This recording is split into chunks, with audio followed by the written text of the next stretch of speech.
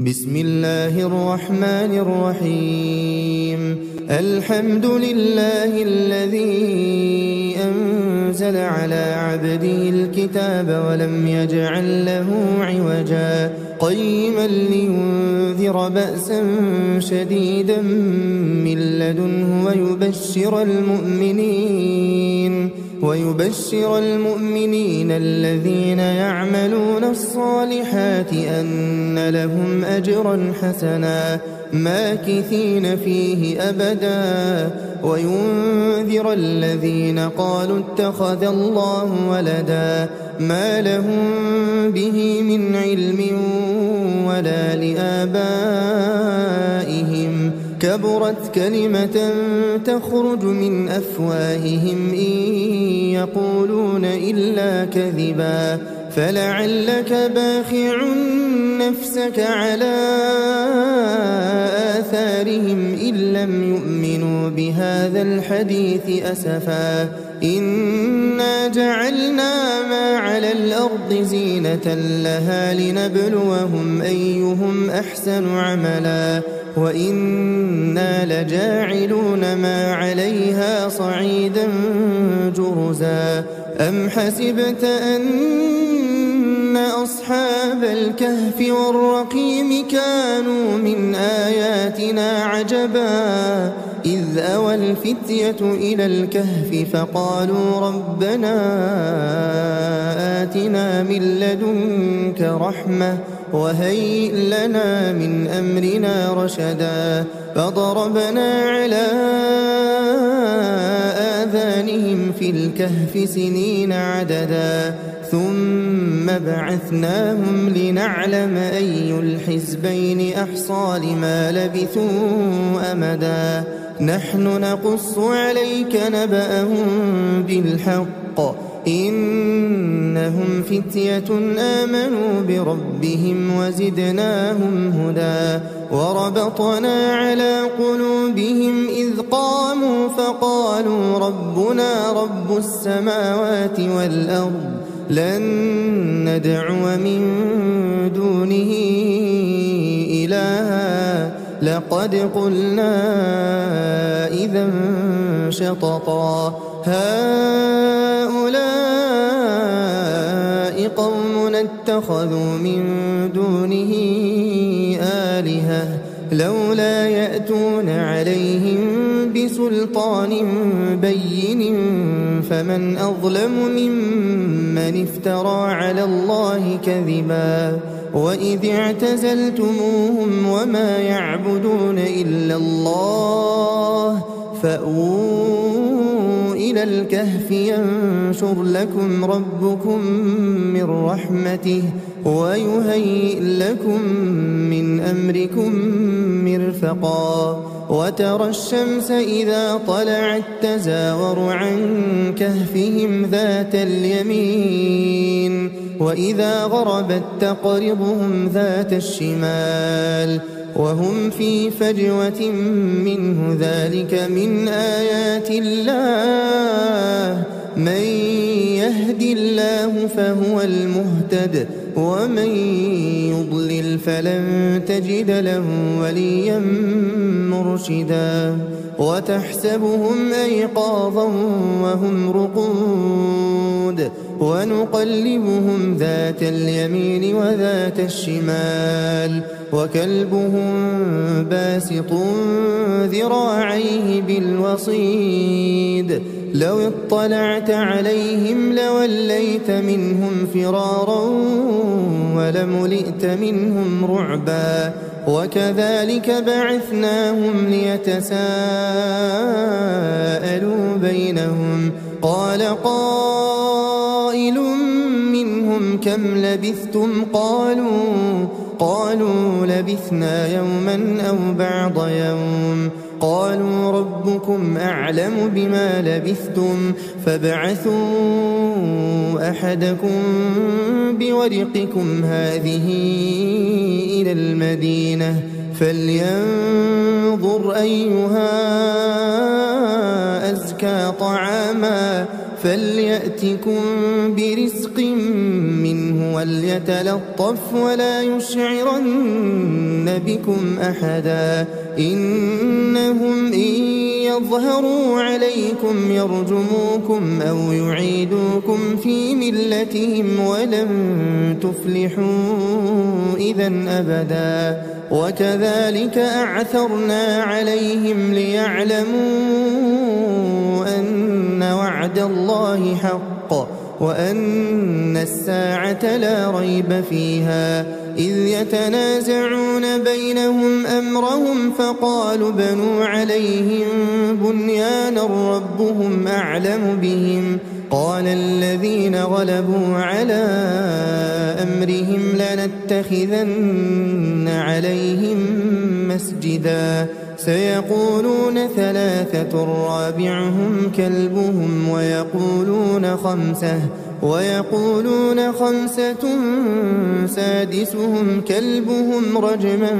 بالغيب ويقولون سبعة وثامنهم كلبهم قل ربي أعلم بعدتهم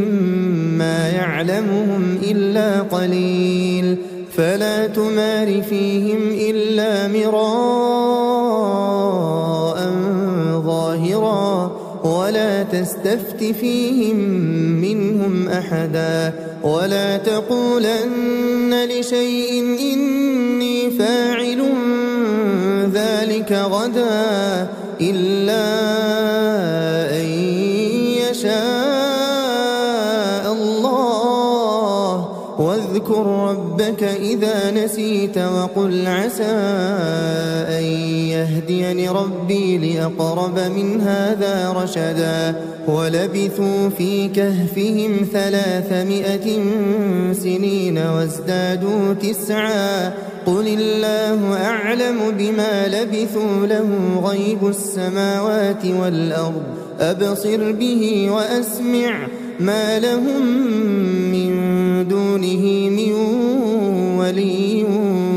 ولا يشرك في حكمه أحدا واتل ما أوحي إليك من كتاب ربك لا مبدل لكلماته ولن تجد من دونه ملتحدا واصبر نفسك مع الذين يدعون ربهم بالغداة والعشي يريدون وجهه ولا تعد عيناك عنهم تريد زينة الحياة الدنيا ولا تطع من أغفلنا قلبه عن ذكرنا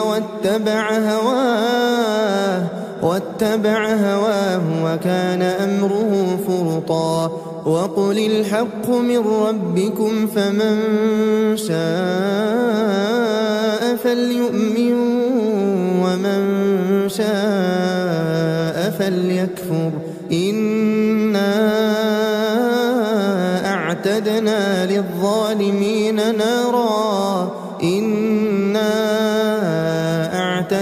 للظالمين نارا أحاط بهم سرادقها وإن يستغيثوا يغاثوا بماء كالمهل يشوي الوجوه بئس الشراب وساءت مرتفقا إن الذين آمنوا وعملوا الصالحات إنا لا نضيع أجر من أحسن عملا أولئك لهم جنات عدن تجري من تحتهم الأنهار يحلون فيها من أساور من ذهب ويلبسون ثيابا خضرا من سندس وإستبرق متكئين فيها على الأرائك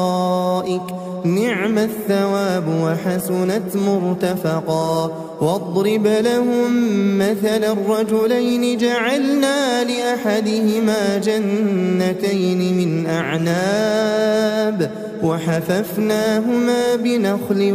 وجعلنا بينهما زرعا كلتا الجنتين آتت أكلها ولم تظلم منه شيئا وفجرنا خلالهما نهرا وكان له ثمر فقال لصاحبه وهو يحاوره أنا أكثر منك مالا وأعز نفرا ودخل جنته وهو ظالم لنفسه قال ما أظن أن تبيد هذه أبدا وما أظن الساعة قائمة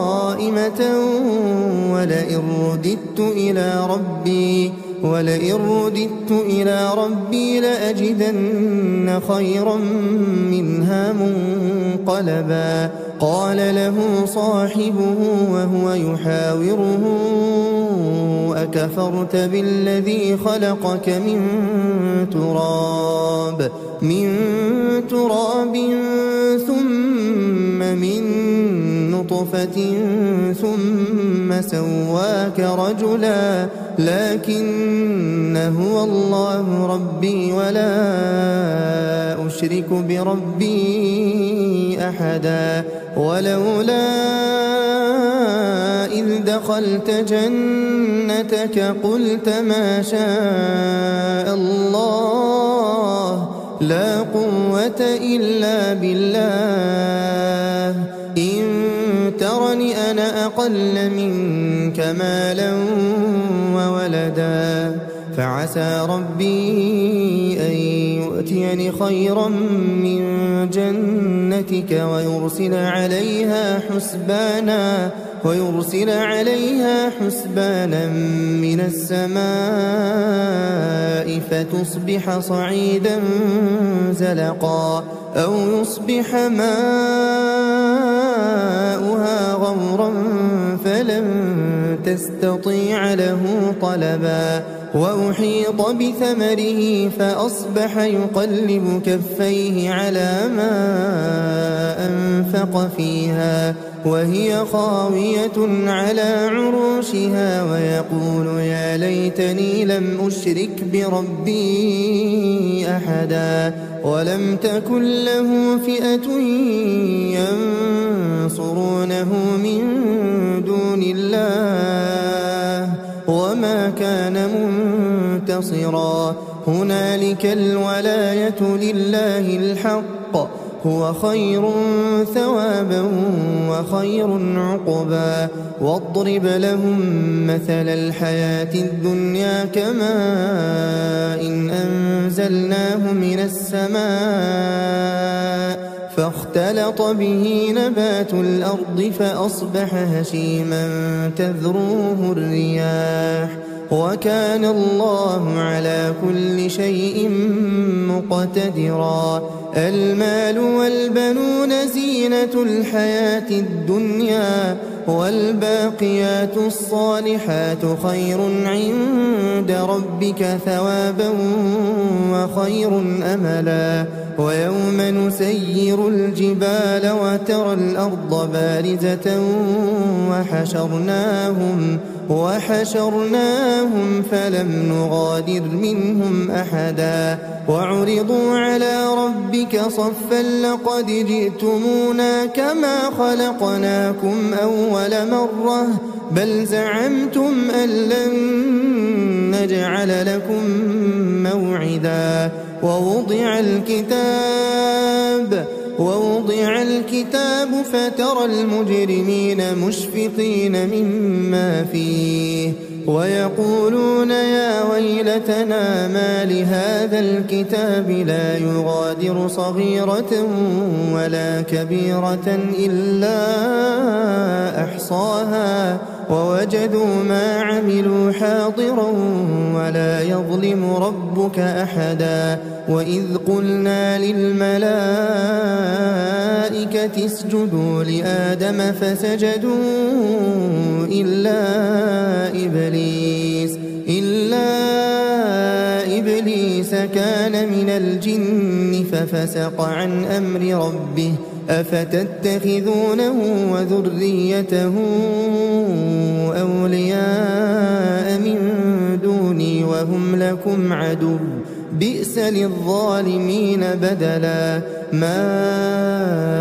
أشهدتهم خلق السماوات والأرض ولا خلق أنفسهم وما كنت متخذ المضلين عضدا ويوم يقول نادوا شركائي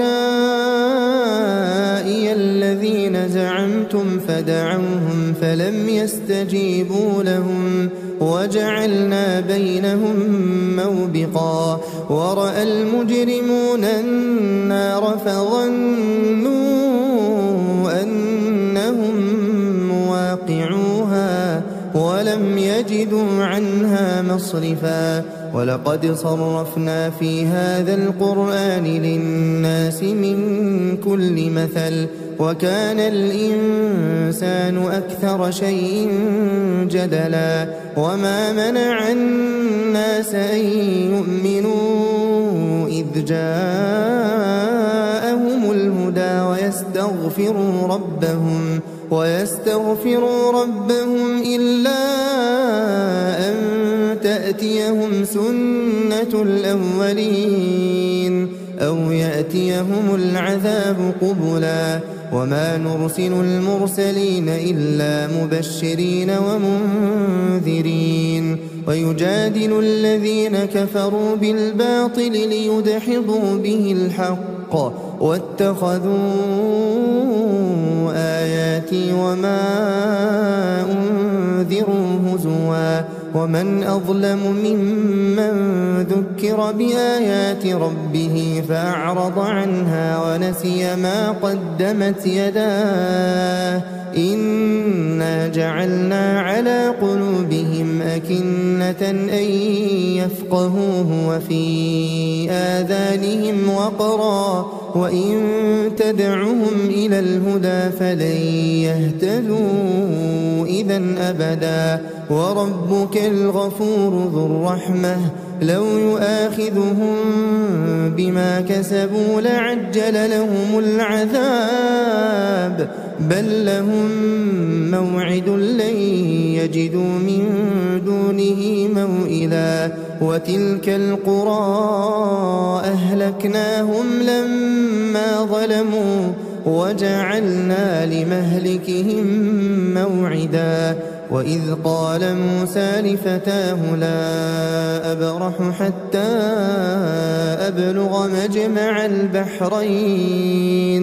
حتى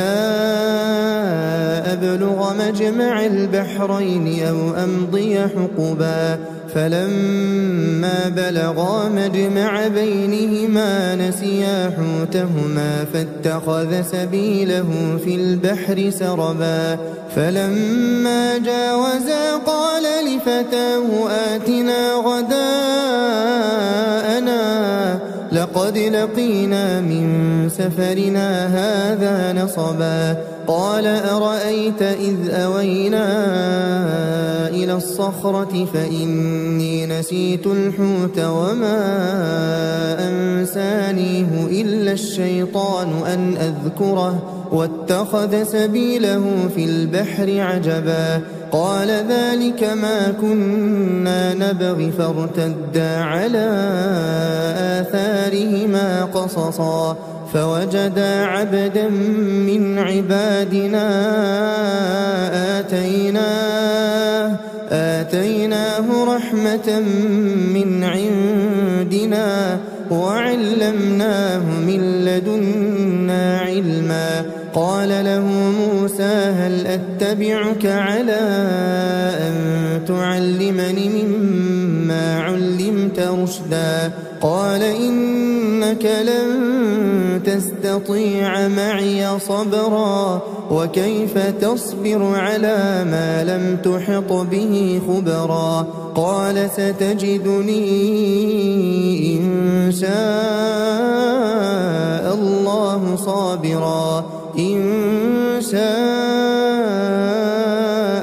الله صابرا ولا أعصي لك أمرا قال فإن اتبعتني فلا تسألني عن شيء حتى أحدث لك منه ذكرا فانطلقا حتى إذا ركبا في السفينة خرقها قال أخرقتها لتغرق أهلها لقد جئت شيئا إمرا قال ألم أقل إنك لن تستطيع معي صبرا قال لا تؤاخذني بما نسيت ولا ترهقني من أمري عسرا فانطلقا حتى إذا لقيا غلاما فقتله قال أقتلت نفسا زكية بغير نفس لقد جئت شيئا نكرا قال ألم أقل لك إنك لن تستطيع معي صبرا قال إن سألتك عن شيء بعدها فلا تصاحبني قد بلغت من لدني عذرا فانطلقا حتى إذا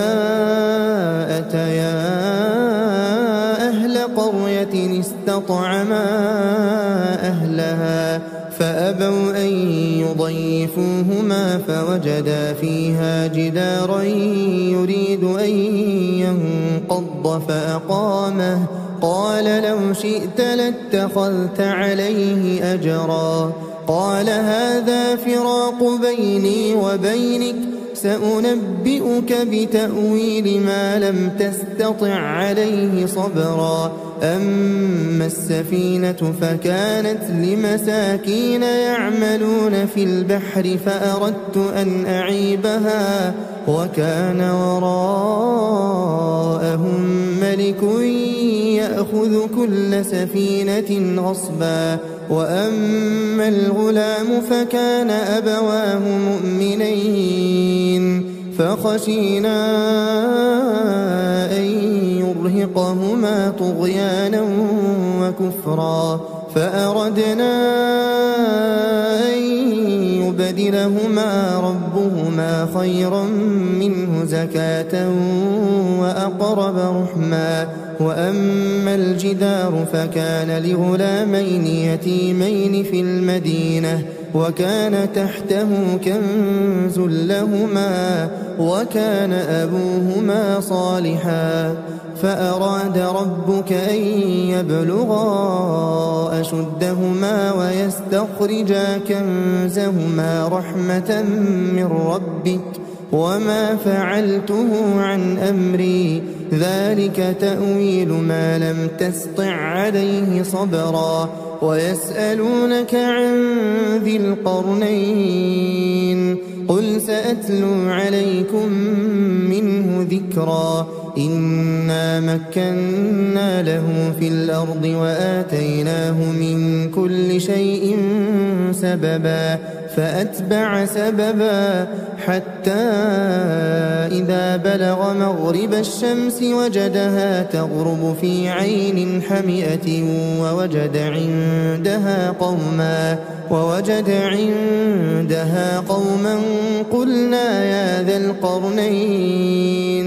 قلنا يا ذا القرنين إما أن تعذب وإما أن تتخذ فيهم حسنا قال أما من ظلم فسوف نعذبه ثم يرد إلى ربه فيعذبه عذابا نكرا وأما من آمن وعمل صالحا فله جزاء الحسنى وسنقول له من أمرنا يسرا ثم أتبع سببا حتى إذا بلغ مطلع الشمس وجدها تطلع على قوم لم نجعل لهم من دونها سترا كذلك وقد أحطنا بما لديه خبرا ثم أتبع سببا حتى إذا بلغ بين السدين وجد من دونهما قوما لا يكادون يفقهون قولا قالوا يا ذا القرنين إن يأجوج ومأجوج مفسدون في الأرض فهل نجعل لك خرجا على أن تجعل بيننا وبينهم سدا قال ما مكني فيه ربي خير فأعينوني بقوة أجعل بينكم وبينهم ردما آتوني زبر الحديد حتى إذا ساوى بين الصدفين قال انفخوا حتى إذا جعله نارا قال آتوني أفرغ عليه قطرا فما استطاعوا أن يظهروه وما استطاعوا له نقبا قال هذا رحمة من ربي فإذا جاء وعد ربي جعله دكاء وكان وعد ربي حقا وتركنا بعضهم يومئذ يموج في بعض ونفخ في الصور فجمعناهم جمعا وعرضنا جهنم يومئذ للكافرين عرضا الذين كانت أعينهم في غطاء عن ذكري وكانوا لا يستطيعون سمعا أفحسب الذين كفروا أن يتخذوا عبادي من دوني أولياء إنا أعتدنا جهنم للكافرين نزلا قل هل ننبئكم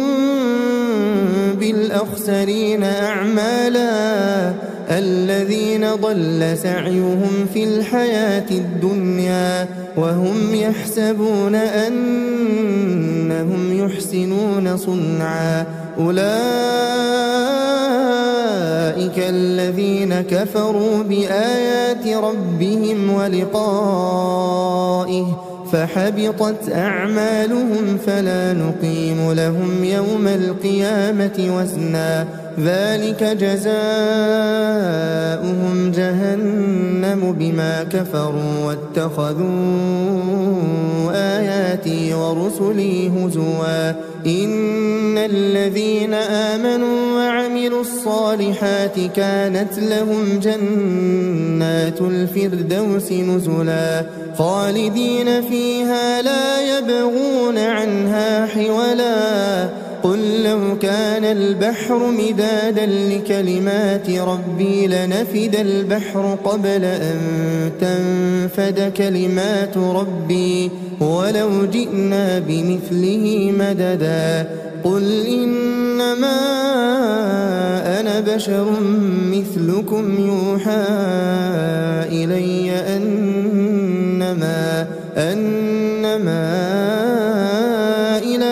إلهكم إله واحد فمن كان يرجو لقاء ربه فليعمل عملا صالحا ولا يشرك بعبادة ربه أحدا الحمد لله الذي أنزل على عبده الكتاب ولم يجعل له عوجا قيما لينذر بأسا شديدا من لدنه ويبشر المؤمنين الذين يعملون الصالحات أن لهم أجرا حسنا ماكثين فيه أبدا وينذر الذين قالوا اتخذ الله ولدا ما لهم به من علم ولا لآبائهم كبرت كلمة تخرج من أفواههم إن يقولون إلا كذبا فلعلك باخع نفسك على آثارهم إن لم يؤمنوا بهذا الحديث أسفا إنا جعلنا ما على الأرض زينة لها لنبلوهم أيهم أحسن عملا وإنا لجاعلون ما عليها صعيدا جرزا أم حسبت أن أصحاب الكهف والرقيم كانوا من آياتنا عجبا إذ أوى الفتية إلى الكهف فقالوا ربنا آتنا من لدنك رحمة وهيئ لنا من أمرنا رشدا فضربنا على آذانهم في الكهف سنين عددا ثم بعثناهم لنعلم أي الحزبين أحصى لما لبثوا أمدا نحن نقص عليك نبأهم بالحق إنهم فتية آمنوا بربهم وزدناهم هدى وربطنا على قلوبهم إذ قاموا فقالوا ربنا رب السماوات والأرض لن ندعو من دونه إلها لقد قلنا إذا شططا هؤلاء قوم اتخذوا من دونه آلهة لولا يأتون عليهم بسلطان بين فمن أظلم ممن افترى على الله كذبا وإذ اعتزلتموهم وما يعبدون إلا الله فأووا إلى الكهف ينشر لكم ربكم من رحمته ويهيئ لكم من أمركم مرفقا وترى الشمس إذا طلعت تزاور عن كهفهم ذات اليمين وإذا غربت تقرضهم ذات الشمال وهم في فجوة منه ذلك من آيات الله من يهد الله فهو المهتد ومن يضلل فلن تجد له وليا مرشدا وتحسبهم أيقاظا وهم رقود ونقلبهم ذات اليمين وذات الشمال وكلبهم باسط ذراعيه بالوصيد لو اطلعت عليهم لوليت منهم فرارا ولملئت منهم رعبا وكذلك بعثناهم ليتساءلوا بينهم قال قائل منهم كم لبثتم قالوا لبثنا يوما أو بعض يوم قالوا ربكم أعلم بما لبثتم فابعثوا أحدكم بورقكم هذه إلى المدينة فلينظر أيها أزكى طعاما فليأتكم برزق منه وليتلطف ولا يشعرن بكم أحدا إنهم إن يظهروا عليكم يرجموكم أو يعيدوكم في ملتهم ولن تفلحوا إذا أبدا وكذلك أعثرنا عليهم ليعلموا أن وعد الله حق وأن الساعة لا ريب فيها إذ يتنازعون بينهم أمرهم فقالوا بنوا عليهم بنيانا ربهم أعلم بهم قال الذين غلبوا على أمرهم لنتخذن عليهم مسجدا سيقولون ثلاثة رابعهم كلبهم ويقولون خمسة سادسهم كلبهم رجما بالغيب ويقولون سبعة وثامنهم كلبهم قل ربي أعلم بعدتهم ما يعلمهم إلا قليل فلا تمار فيهم إلا مراء ظاهرا ولا تستفت فيهم منهم أحدا ولا تقولن لشيء إني فاعل ذلك غدا إلا أن يشاء الله واذكر ربك إذا نسيت وقل عسى أن يهديني ربي لأقرب من هذا رشدا ولبثوا في كهفهم 300 سنين وازدادوا 9 قل الله أعلم بما لبثوا له غيب السماوات والأرض أبصر به وأسمع ما لهم من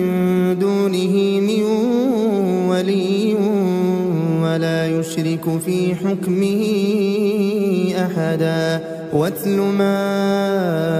أوحي إليك من كتاب ربك لا مبدل لكلماته ولن تجد من دونه ملتحدا واصبر نفسك مع الذين يدعون ربهم بالغداة والعشي يريدون وجهه ولا تعد عيناك عنهم تريد زينة الحياة الدنيا ولا تطع من أغفلنا قلبه عن ذكرنا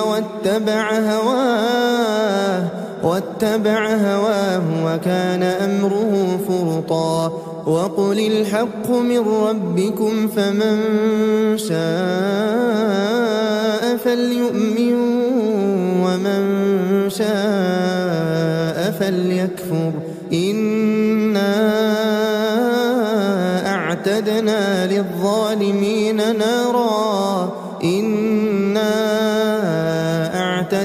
للظالمين نارا أحاط بهم سرادقها وإن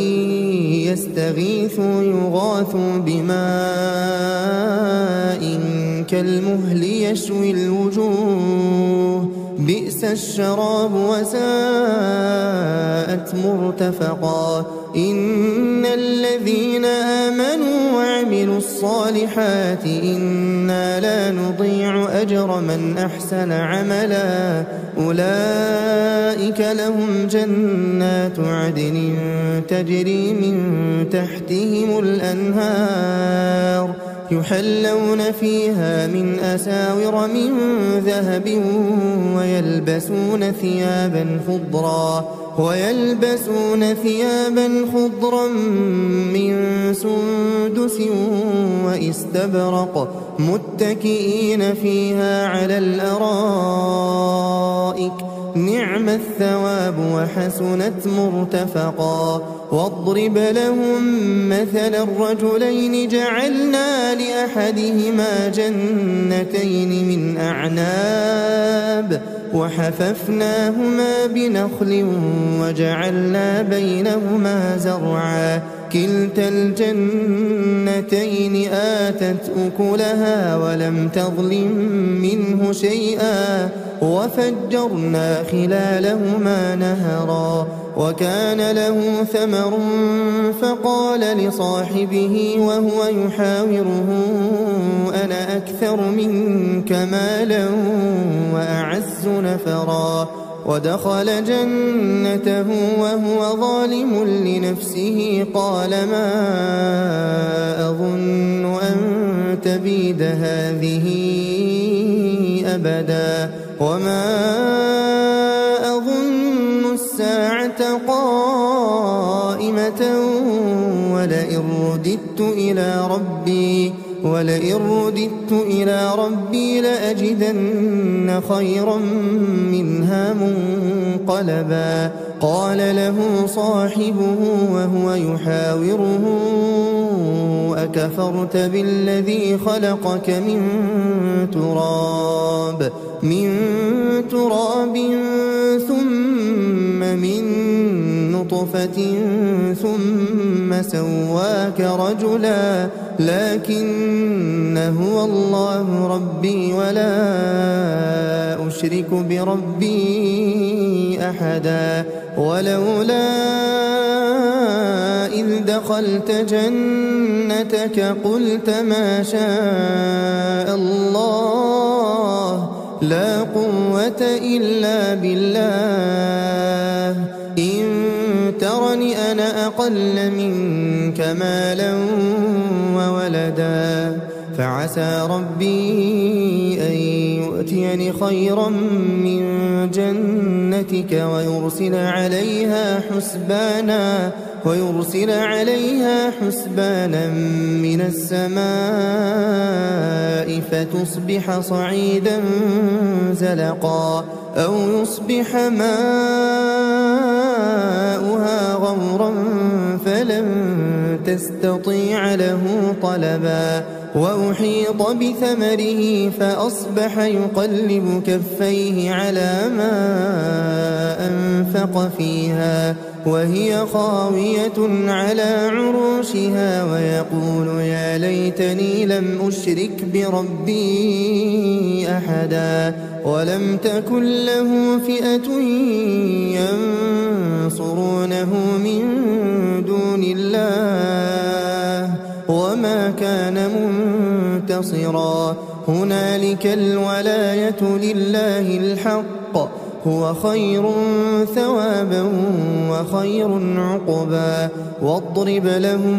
مثل الحياة الدنيا كماء إن أنزلناه من السماء فاختلط به نبات الأرض فأصبح هشيما تذروه الرياح وكان الله على كل شيء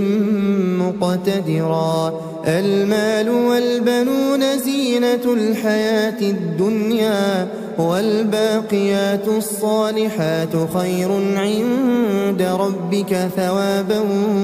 وخير أملا. ويوم نسير الجبال وترى الأرض بارزة وحشرناهم فلم نغادر منهم أحدا. وعرضوا على ربك صفا لقد جئتمونا كما خلقناكم أول مرة بل زعمتم أن لن نجعل لكم موعدا. ووضع الكتاب فترى المجرمين مشفقين مما فيه ويقولون يا ويلتنا ما لهذا الكتاب لا يغادر صغيرة ولا كبيرة إلا أحصاها ووجدوا ما عملوا حاضرا ولا يظلم ربك أحدا. وإذ قلنا للملائكة اسجدوا لآدم فسجدوا إلا إبليس كان من الجن ففسق عن أمر ربه أفتتخذونه وذريته أولياء من دوني وهم لكم عدو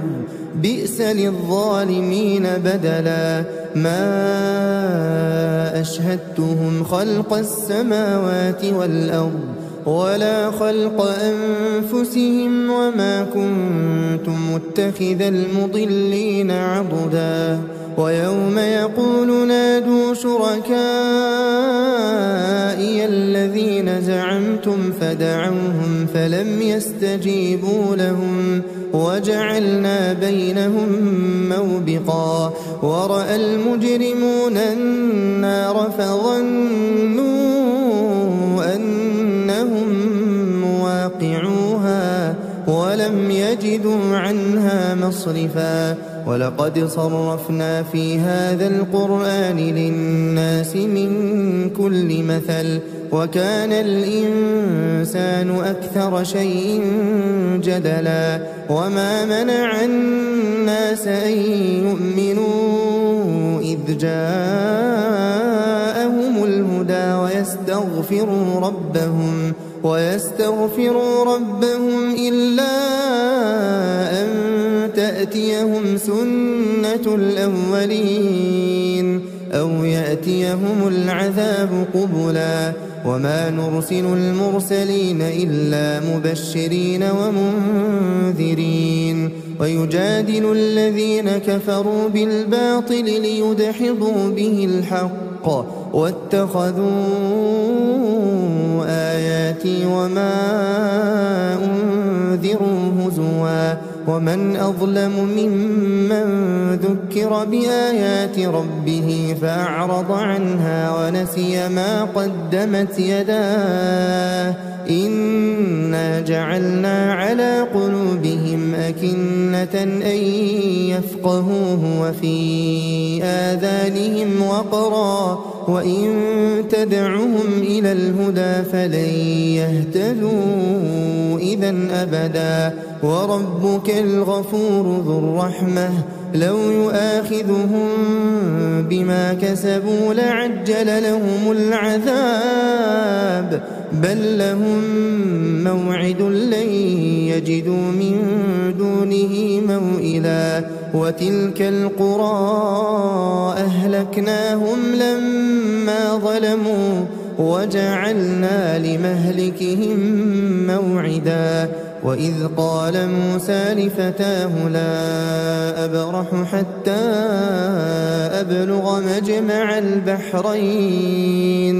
حتى أبلغ مجمع البحرين أو أمضي حقبا فلما بلغا مجمع بينهما نسيا حوتهما فاتخذ سبيله في البحر سربا فلما جاوزا قال لفتاه آتنا غداءنا لقد لقينا من سفرنا هذا نصبا قال أرأيت إذ أوينا إلى الصخرة فإني نسيت الحوت وما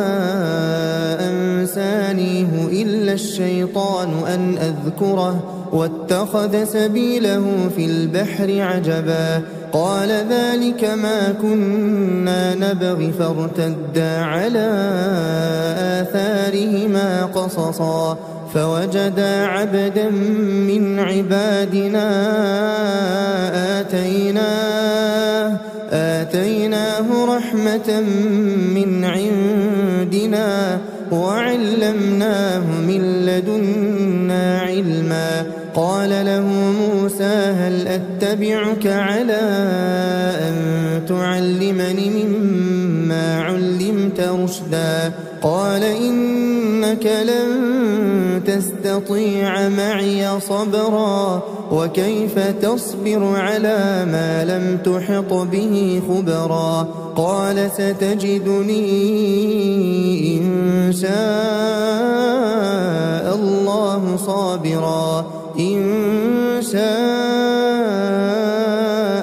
الله صابرا ولا أعصي لك أمرا قال فإن اتبعتني فلا تسألني عن شيء حتى أحدث لك منه ذكرا فانطلقا حتى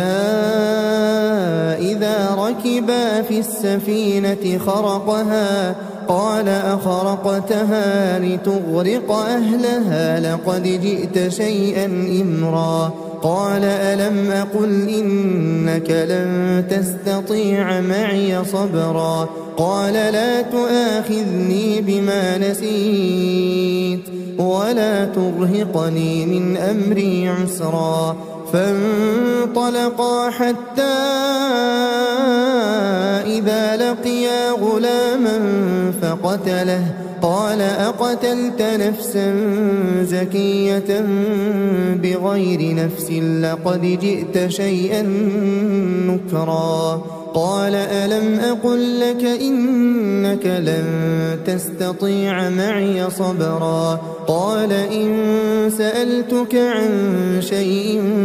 بعدها فلا تصاحبني قد بلغت من لدني عذرا فانطلقا حتى إذا أتيا أهل قرية استطعما أهلها فأبوا أن يضيفوهما فوجدا فيها جدارا يريد أن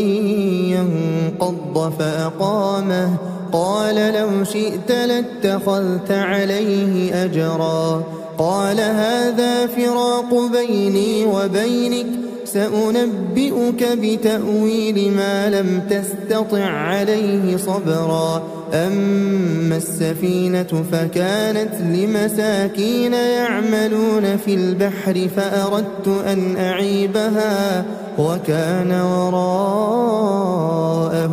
ملك يأخذ كل سفينة غصبا وأما الغلام فكان أبواه مؤمنين فخشينا أن يرهقهما طغيانا وكفرا فأردنا أن يبدلهما ربهما خيرا منه زكاة وأقرب رحما وأما الجدار فكان لغلامين يتيمين في المدينة وكان تحته كنز لهما وكان أبوهما صالحا فأراد ربك أن يبلغا أشدهما ويستخرجا كنزهما رحمة من ربك وما فعلته عن أمري ذلك تأويل ما لم تسطع عليه صبرا ويسألونك عن ذي القرنين قل سأتلو عليكم منه ذكرا إنا مكنا له في الأرض وآتيناه من كل شيء سببا فأتبع سببا حتى إذا بلغ مغرب الشمس وجدها تغرب في عين حمئة ووجد عندها قوما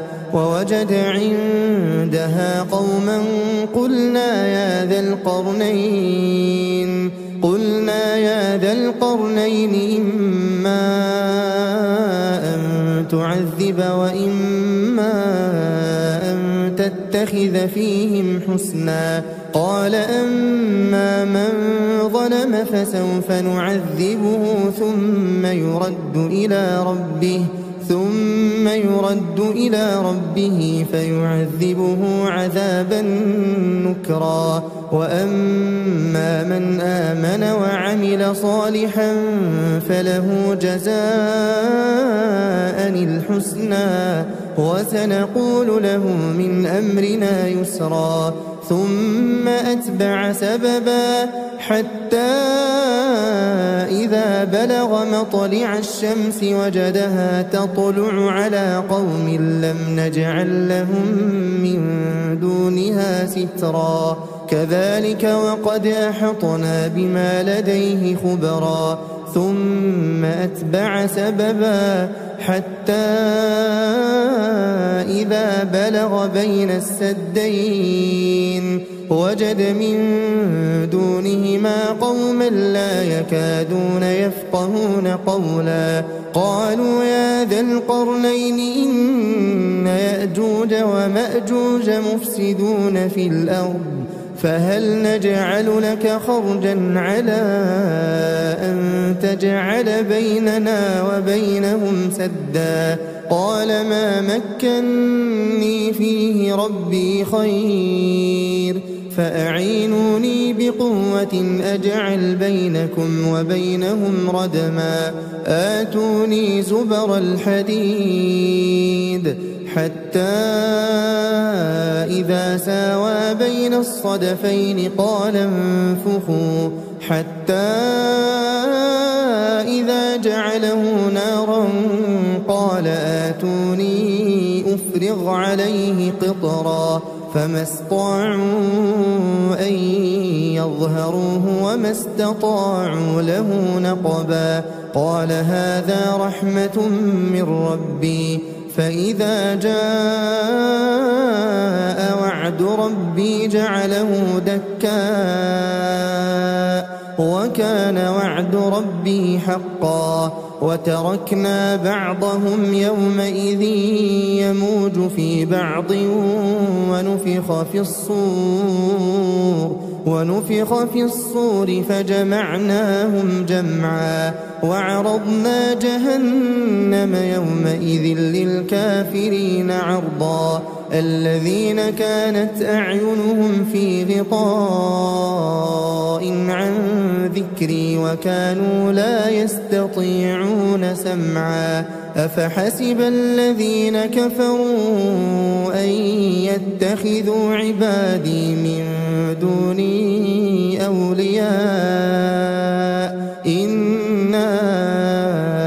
أعتدنا جهنم للكافرين نزلا قل هل ننبئكم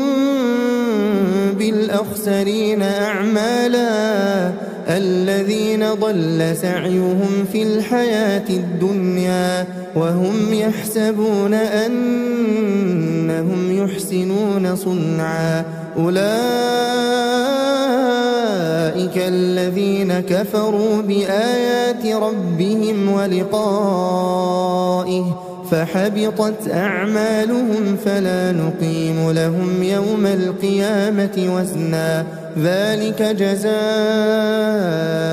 جهنم بما كفروا واتخذوا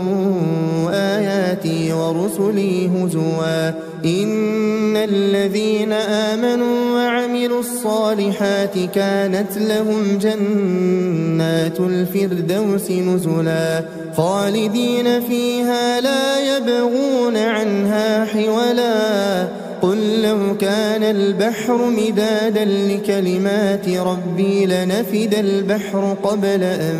تنفد كلمات ربي ولو جئنا بمثله مددا قل إنما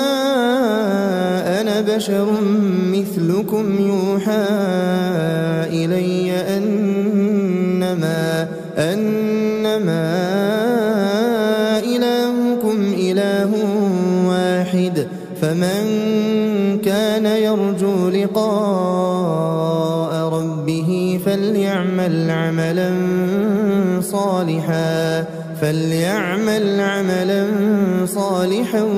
ولا يشرك بعبادة ربه أحدا الحمد لله الذي أنزل على عبده الكتاب ولم يجعل له عوجا قيما لينذر بأسا شديدا من لدنه ويبشر المؤمنين الذين يعملون الصالحات أن لهم أجرا حسنا ماكثين فيه أبدا وينذر الذين قالوا اتخذ الله ولدا ما لهم به من علم ولا لآبائهم كبرت كلمة تخرج من أفواههم إن يقولون إلا كذبا فلعلك باخع نفسك على آثارهم إن لم يؤمنوا بهذا الحديث أسفا إنا جعلنا ما على الأرض زينة لها لنبلوهم أيهم أحسن عملا وإنا لجاعلون ما عليها صعيدا جرزا أم حسبت أن أصحاب الكهف والرقيم كانوا من آياتنا عجبا إذ أوى الفتية إلى الكهف فقالوا ربنا آتنا من لدنك رحمة وهيئ لنا من أمرنا رشدا فضربنا على آذانهم في الكهف سنين عددا ثم بعثناهم لنعلم أي الحزبين أحصى لما لبثوا أمدا نحن نقص عليك نبأهم بالحق إنهم فتية آمنوا بربهم وزدناهم هدى وربطنا على قلوبهم إذ قاموا فقالوا ربنا رب السماوات والأرض لن ندعو من دونه إلها لقد قلنا إذا شططا هؤلاء قوم اتخذوا من دونه آلهة لولا يأتون عليهم بسلطان بين فمن أظلم ممن افترى على الله كذبا وإذ اعتزلتموهم وما يعبدون إلا الله فأووا إلى الكهف ينشر لكم ربكم من رحمته ويهيئ لكم من أمركم مرفقا وترى الشمس إذا طلعت تزاور عن كهفهم ذات اليمين وإذا غربت تقرضهم ذات الشمال وهم في فجوة منه ذلك من آيات الله من يهد الله فهو المهتد ومن يضلل فلن تجد له وليا مرشدا وتحسبهم أيقاظا وهم رقود ونقلبهم ذات اليمين وذات الشمال وكلبهم باسط ذراعيه بالوصيد لو اطلعت عليهم لوليت منهم فرارا ولملئت منهم رعبا وكذلك بعثناهم ليتساءلوا بينهم قال قائل منهم كم لبثتم قالوا لبثنا يوما أو بعض يوم قالوا ربكم أعلم بما لبثتم فابعثوا أحدكم بورقكم هذه إلى المدينة فلينظر أيها أزكى طعاما فليأتكم برزق منه وليتلطف ولا يشعرن بكم أحدا إنهم إن يظهروا عليكم يرجموكم أو يعيدوكم في ملتهم ولن تفلحوا إذا أبدا وكذلك أعثرنا عليهم ليعلموا أن وعد الله حق وأن الساعة لا ريب فيها إذ يتنازعون بينهم أمرهم فقالوا بنوا عليهم بنيانا ربهم أعلم بهم قال الذين غلبوا على أمرهم لنتخذن عليهم مسجدا سيقولون ثلاثة رابعهم كلبهم ويقولون خمسة سادسهم كلبهم رجما بالغيب ويقولون سبعة وثامنهم كلبهم قل ربي أعلم بعدتهم ما يعلمهم إلا قليل فلا تمار فيهم إلا مراء ظاهرا ولا تستفت فيهم منهم أحدا ولا تقولن لشيء إني فاعل ذلك غدا إلا أن يشاء الله واذكر ربك إذا نسيت وقل عسى أن يهديني ربي لأقرب من هذا رشدا ولبثوا في كهفهم 300 سنين وازدادوا 9 قل الله أعلم بما لبثوا له غيب السماوات والأرض أبصر به وأسمع ما لهم من دونه من ولي ولا يشرك في حكمه أحدا واتل ما أوحي إليك من كتاب ربك لا مبدل لكلماته ولن تجد من دونه ملتحدا واصبر نفسك مع الذين يدعون ربهم بالغداة والعشي يريدون وجهه ولا تعد عيناك عنهم تريد زينة الحياة الدنيا ولا تطع من أغفلنا قلبه عن ذكرنا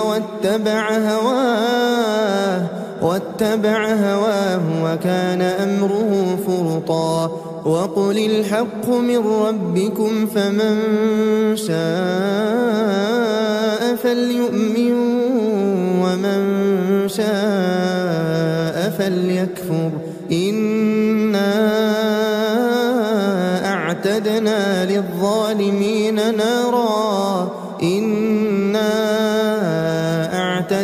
للظالمين نارا أحاط بهم سرادقها وإن يستغيثوا يغاثوا بماء كالمهل يشوي الوجوه بئس الشراب وساءت مرتفقا إن الذين آمنوا وعملوا الصالحات إنا لا نضيع أجر من أحسن عملا أولئك لهم جنات عدن تجري من تحتهم الأنهار يحلون فيها من أساور من ذهب ويلبسون ثيابا خضرا من سندس واستبرق متكئين فيها على الأرائك نعم الثواب وحسنت مرتفقا واضرب لهم مثل الرجلين جعلنا لأحدهما جنتين من أعناب وحففناهما بنخل وجعلنا بينهما زرعا كلتا الجنتين آتت أكلها ولم تظلم منه شيئا وفجرنا خلالهما نهرا وكان له ثمر فقال لصاحبه وهو يحاوره أنا أكثر منك مالا وأعز نفرا ودخل جنته وهو ظالم لنفسه قال ما أظن أن تبيد هذه أبدا وما أظن الساعة قائمة ولئن رددت إلى ربي لأجدن خيرا منها منقلبا قال له صاحبه وهو يحاوره أكفرت بالذي خلقك من تراب ثم من نطفة ثم سواك رجلا لكن هو الله ربي ولا أشرك بربي أحدا ولولا إذ دخلت جنتك قلت ما شاء الله لا قوة إلا بالله إن ترني أنا أقل منك مالا وولدا فعسى ربي أن يؤتيني خيرا من جنتك ويرسل عليها حسبانا من السماء فتصبح صعيدا زلقا أو يصبح ماؤها غورا فلن تستطيع له طلبا وأحيط بثمره فأصبح يقلب كفيه على ما أنفق فيها وهي خاوية على عروشها ويقول يا ليتني لم أشرك بربي أحدا ولم تكن له فئة ينصرونه من دون الله وما كان منتصرا هنالك الولاية لله الحق هو خير ثوابا وخير عقبا واضرب لهم مثل الحياة الدنيا كماء إن أنزلناه من السماء فاختلط به نبات الأرض فأصبح هشيما تذروه الرياح وكان الله على كل شيء مقتدرا المال والبنون زينة الحياة الدنيا والباقيات الصالحات خير عند ربك ثوابا وخير أملا ويوم نسير الجبال وترى الأرض بارزة وحشرناهم فلم نغادر منهم أحدا وعرضوا على ربك صفا لقد جئتمونا كما خلقناكم أول مرة بل زعمتم أن لن نجعل لكم موعدا ووضع الكتاب فترى المجرمين مشفقين مما فيه ويقولون يا ويلتنا ما لهذا الكتاب لا يغادر صغيرة ولا كبيرة إلا أحصاها ووجدوا ما عملوا حاضرا ولا يظلم ربك أحدا وإذ قلنا للملائكة اسجدوا لآدم فسجدوا إلا إبليس كان من الجن ففسق عن أمر ربه أفتتخذونه وذريته أولياء من دوني وهم لكم عدو بئس للظالمين بدلا ما أشهدتهم خلق السماوات والأرض ولا خلق أنفسهم وما كنت متخذ المضلين عضدا ويوم يقول نادوا شركائي الذين زعمتم فدعوهم فلم يستجيبوا لهم وجعلنا بينهم موبقا ورأى المجرمون النار فظنوا أنهم مواقعوها ولم يجدوا عنها مصرفا ولقد صرفنا في هذا القرآن للناس من كل مثل وكان الإنسان أكثر شيء جدلا وما منع الناس أن يؤمنوا إذ جاءهم الهدى ويستغفروا ربهم إلا أن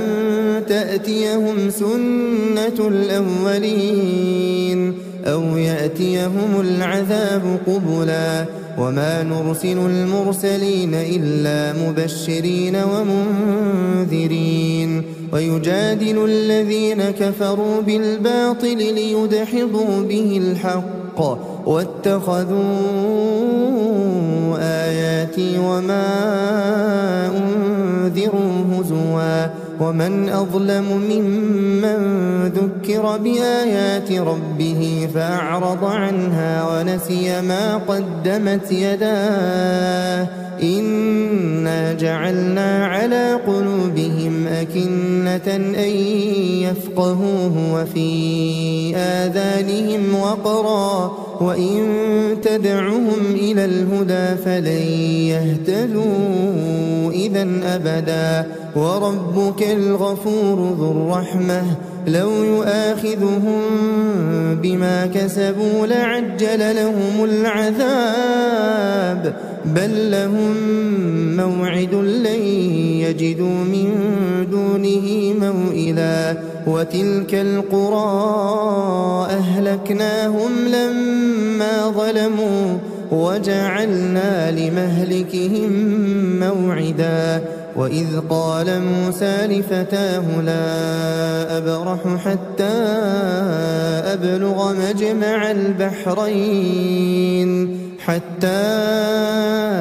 أبلغ مجمع البحرين أو أمضي حقبا فلما بلغا مجمع بينهما نسيا حوتهما فاتخذ سبيله في البحر سربا فلما جاوزا قال لفتاه آتنا غداءنا لقد لقينا من سفرنا هذا نصبا قال أرأيت إذ أوينا إلى الصخرة فإني نسيت الحوت وما أنسانيه إلا الشيطان أن أذكره واتخذ سبيله في البحر عجبا قال ذلك ما كنا نبغي فارتدا على آثارهما قصصا فوجدا عبدا من عبادنا آتيناه رحمة من عندنا وعلمناه من لدنا علما قال له موسى هل أتبعك على أن تعلمني مما علمت رشدا قال إنك لن تستطيع معي صبرا وكيف تصبر على ما لم تحط به خبرا قال ستجدني إن شاء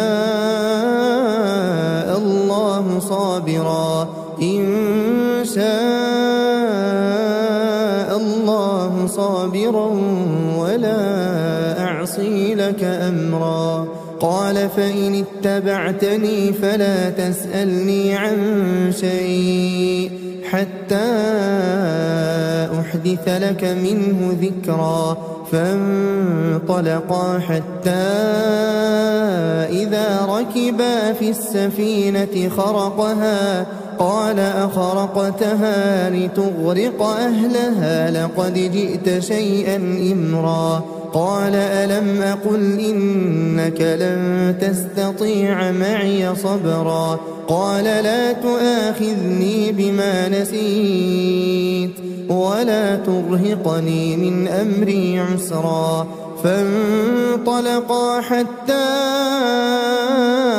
إذا لقيا غلاما فقتله قال أقتلت نفسا زكية بغير نفس لقد جئت شيئا نكرا قال ألم أقل لك إنك لن تستطيع معي صبرا قال إن سألتك عن شيء بعدها فلا تصاحبني قد بلغت من لدني عذرا فانطلقا حتى إذا أتيا أهل قرية استطعما أهلها فأبوا أن يضيفوهما فوجدا فيها جدارا يريد أن ينقض فأقامه قال لو شئت لاتخذت عليه أجرا قال هذا فراق بيني وبينك سأنبئك بتأويل ما لم تستطع عليه صبرا أما السفينة فكانت لمساكين يعملون في البحر فأردت أن أعيبها وكان وراءهم ملك يأخذ كل سفينة غصبا وأما الغلام فكان أبواه مؤمنين فخشينا أن يرهقهما طغيانا وكفرا فأردنا أن يبدلهما ربهما خيرا منه زكاة وأقرب رحما وأما الجدار فكان لغلامين يتيمين في المدينة وكان تحته كنز لهما وكان أبوهما صالحا فأراد ربك أن يبلغا أشدهما ويستخرجا كنزهما رحمة من ربك وما فعلته عن أمري ذلك تأويل ما لم تسطع عليه صبرا